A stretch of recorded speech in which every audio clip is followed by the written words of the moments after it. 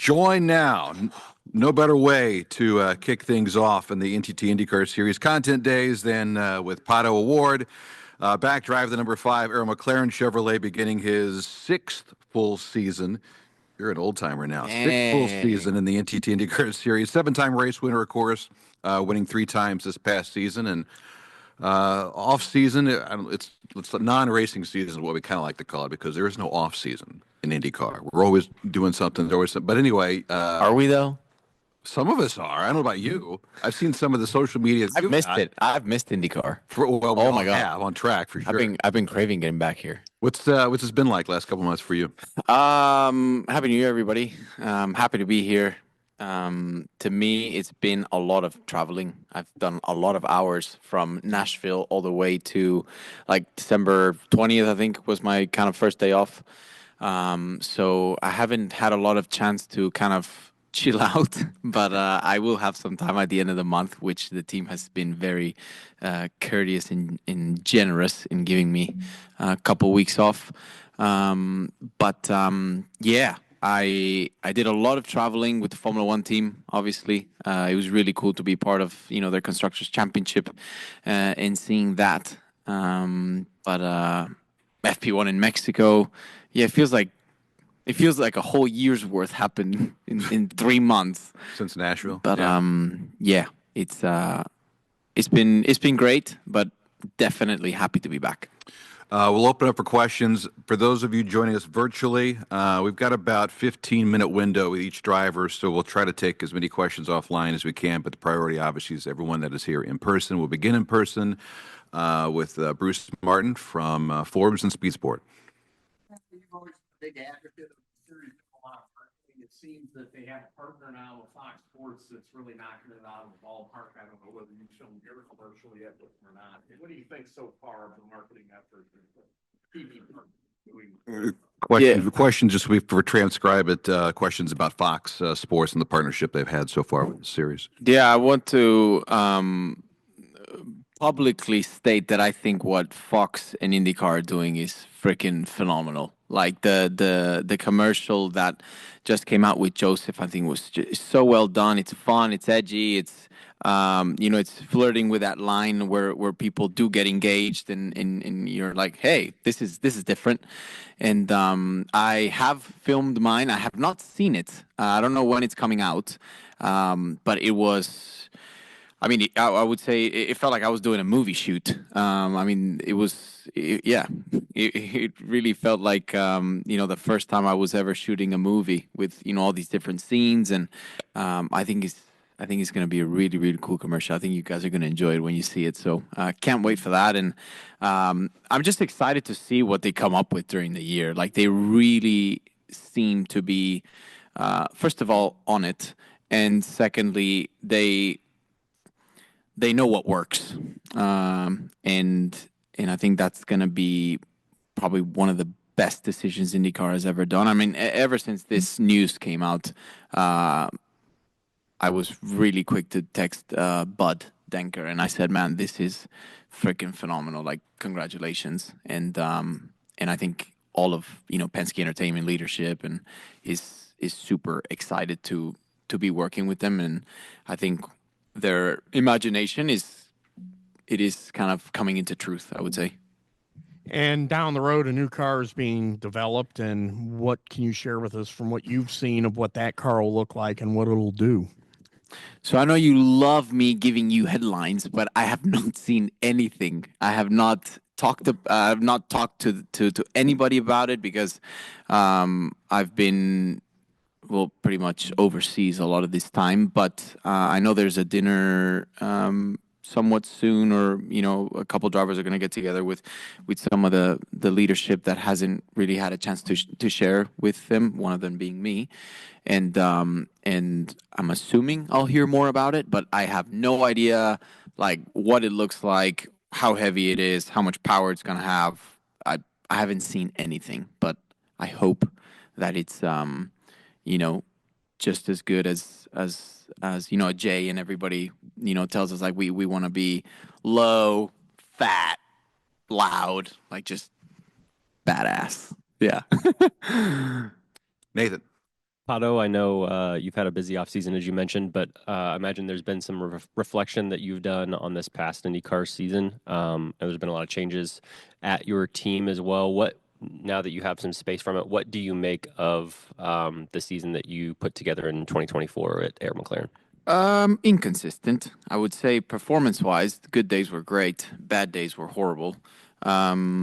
And it just seems to be the name of the game for us the last few years because I just don't think we're at the level where we need to be yet in terms of reliability. I've still made my fair share of mistakes. Like there hasn't been one thing that it's like, hey, let's just fix that. And it's not as simple because, you go to these places and you're so on the edge because if you're not on the edge, you're 20th.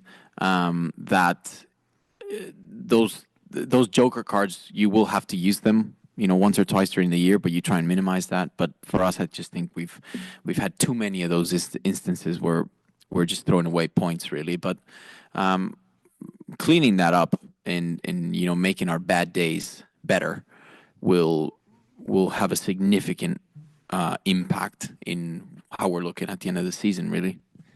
I know easier said than done, but like as you look at it, is there anything that has led to that inconsistency, or is there something that you feel like you or the team is targeting to try and minimize that is actionable, I guess, in 2025? I mean, first off, development in the performance of the race car. I do think now that there wasn't a lot of hybrid testing, we've actually had a chance to hopefully find some good things to improve in the areas where we're lacking the most in terms of circuits or whatever. But it's you can't always. A season will always have its challenges. It's never going to be perfect. It's not going to be how you always want it to be. But you have to be as close to perfect as you can if you want to be a champion. You have to be as close to perfect in an Indy 500 in order to win that race. And all it takes is just make sure that you're well prepared for the challenges that are coming ahead. Because if you go into it being like, I just want a chill season, that's probably going to be a boring and slow season for you. Where you're fighting at the top, there's always going to be drama. There's always going to be different, highs and lows of emotions, because that's ultimately what makes it, so special and entertaining for other people as well. So I just think we need to be ready for that. And taking a page out of Andrea's book, when you think about it, I think it's such a privilege to be in such a high pressure situation, because that means you're doing something well, and that's what we're going to try and do. And last question from me: big changes within the team. Gavin Ward leaving as the leader of the IndyCar program, and Tony Kanaan stepping up to take on that role. You've worked with Tony now for a couple years. What are your thoughts on Gavin's exit and Tony stepping up to take over the team principal role for 2025? I mean, my job is to drive a race car, and try and kind of help lead the team in terms of where we need to go, engineering wise and what we need. But I think Tony is, as qualified as anybody to be, leading this, this group of people that not only, yes, he was a racing driver and he still says he's a racing driver, but I'd call him retired. He is and has knowledge, experience of everything. He can dip his toes into marketing and communications. He can dip in toes with all the partners. He can dip his toes with his opinions with the drivers, especially like with Nolan, that he's coming into the team. I know he did a couple races last year, but I think he will be a very good mentor for him, as I'm trying to be, because it seems kind of weird. I've always been the baby of the team, but now I'm the old guy. And I want them to succeed as well, because them succeeding means that I know that's just going to drive me forward and make me better. And when we've got 2 or 3 cars, fighting is very different to having one car fighting at the front, and ultimately that's what you need in order to keep up with with 3 strong cars. But easier said than done. But I trust with the decisions that have been made, and I told Zach I'm completely behind everything that has been done, and I'm always up to, to take on something else if there is an area that needs a little bit of attention and help. Tony Donahue. Yeah, kind of to that point, we made kind of a joke at the test that you were Papa Pato now. You were the guy that's been there the longest, and you're kind of bringing Hopefully no kids that I know of until now. What's that been like through the offseason? We saw a lot of cool social videos with you and Christian and Nolan, and that camaraderie through the offseason. How important is that now that you are the senior driver on this team? Yeah, I definitely don't feel like I wouldn't say I don't feel like the senior of the team, but it's a different role, I would say, because I've always had, guys with quite a lot more experience than me. But it's called moving with time.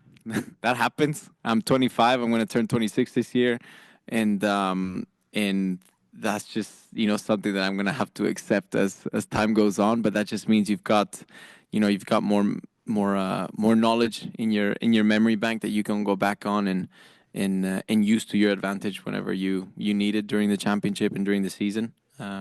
But yeah, I think we're gonna have a good thing going, and it's all about just working well, because I've worked really well with all my past teammates. So my focus is just making sure that we can all kind of find what each of us likes in a way, but also find where we can all kind of come together and create a package that is going to be strong, especially at these big events like the 500 and stuff like that. Like we need that. We've got time for two more. Let's go Ben Johnston, then wrap it up with Steve Wittich. Go ahead, Ben. Hey, Pato. How you doing? Good. Pato, obviously you've got Christian Lundgaard joining the team this year. What do you think he'll bring to the team in terms of his experience? I mean, he'll bring knowledge that he learned over at Rahal. I haven't been so attentive, I would say, this, with the offseason, because there really hasn't been a lot of testing. I think there's only been like one oval test that he did, which obviously, very different car for him and stuff. But I haven't really kind of dug into it too much until we kind of really start going and start working together. But I'm an open book. I mean, he will be able to see, what I do, what Nolan does. We'll be able to see what he does. And I think it's important that, different to, for example, Formula One, where in IndyCar, you can cater to your liking a little bit more in terms of car setup and stuff. So I've always been on my own island. Everybody whines about how I like my car. So I've always kind of been a loner in terms of like where I like my things. So I'm curious to see if he likes it, if he doesn't like it. But yeah, I mean, just seeing how everything kind of usually falls in IndyCar, like he'll probably have his own kind of direction. And what's most important is just making sure that all three cars are fast, because a lot of the times we're each in kind of our own island and we all have the same issue. And there's a fundamental thing there rather than actual setup. So, yeah. Cheers. Steve?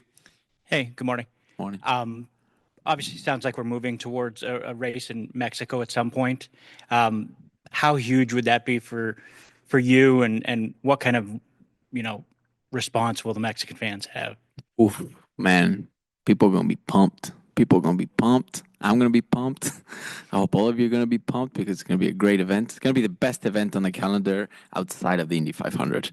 And I know there's talks going on. I know it's quite more advanced than what it's ever been. And I really hope we see it on the calendar in 26. Are you still pretty involved in that? I will be very involved, yes. And I want to be very involved. I want to make sure it's a success. Like I want to finish that weekend and be like, wow.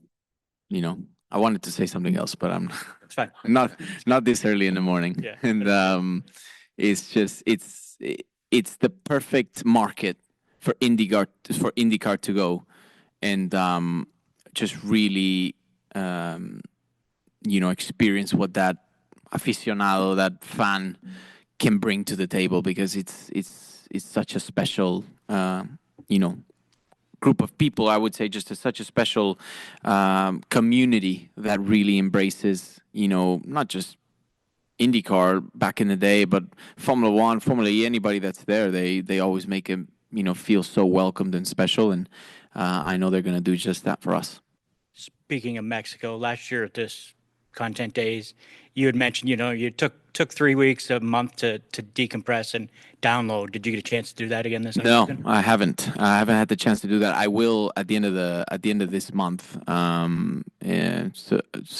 Last week of January and first week of February is kind of my gonna be my off season, which is less than maybe some other years that I have in the past. But I had a lot of time or at least it feels like it, because I had nothing in the off season before December. So in the new year, I really enjoyed that, and I came to Indy a little bit earlier than what I have in the past, and just have really enjoyed being here. I love being here. I really, really missed it, and it's been very recharging, I would say. But there's still some to go. But I've got enough to give all of you this amazing energy that I've brought this morning, and ready for a full week's worth of media for us. Thank you. Before you go in Spanish, and for our Spanish friends joining us online, can you just discuss Summarize that. Just your thoughts on the off season, looking ahead to 2025 a little bit. Primero que nada, feliz año a todos. Emocionado de estar de regreso aquí en Indianápolis, empezando nuestra campaña 2025 en INDYCAR. ¿Qué les puedo decir? Fue una pretemporada, no pretemporada, pero final de 2024 bastante lleno con las cosas de Fórmula 1, que disfruté bastante, pero ya era tiempo de regresar para acá y ansioso de comenzar aquí mi trabajo de nuevo. Y pues sí, ahorita tenemos una semana de media. Espero estar dentro del auto de INDYCAR a finales de febrero, antes de irnos a San Pete, que son los únicos 2 días que vamos a tener antes de la primera carrera. Y espero tengamos cositas nuevas para probar, para seguir mejorando esa trayectoria que hemos llevado los últimos años, y pues ya empezando mi sexta temporada, que me siento un poco más viejo, pero todavía no me han salido tantas canas, entonces voy aguantando bien. Muchas gracias. Have a great day. Yeah, thank you. Appreciate it.